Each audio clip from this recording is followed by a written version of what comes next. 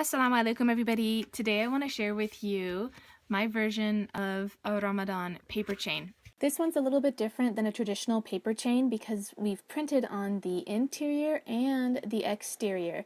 This is last year when my kids were assembling this Ramadan chain, and this time I'm going to explain how you can receive your free download so that you can make it too. So you're probably already familiar with paper chains. That's when you cut strips of paper and then you loop them together and put a piece of tape. They're really beautiful, they're really easy to make, and I have altered that design a little bit by including some trivia and questions inside the paper chain. And the other thing I did was I printed this off with different colored cardstock.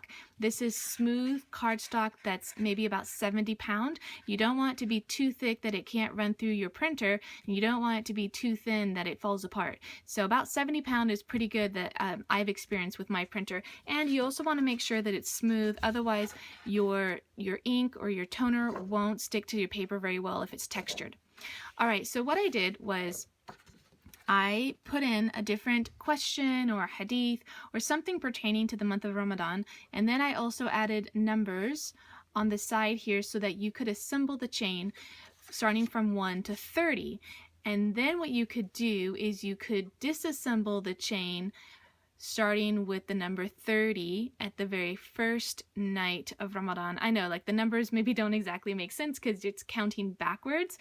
But anyway, so you start out with like 30 days of Ramadan, and on the first night or the first day or any time during the day, you can take apart one of the chains and it would reveal a question or a trivia or something related to Ramadan. So let me try to find number 30 here. So this would be number 30.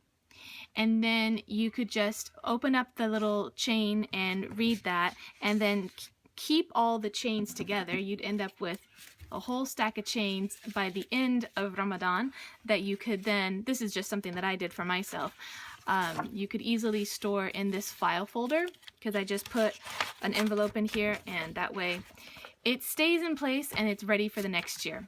This is one that we've used for many years now, probably 8 to 10 years, and it's still like in pretty fair condition, I have to say.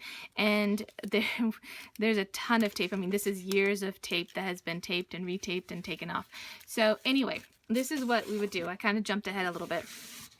Basically, I would hand out these stacks to the moms or the kids, and then with scissors or paper trimmer, you just need to cut right down between the two strips here.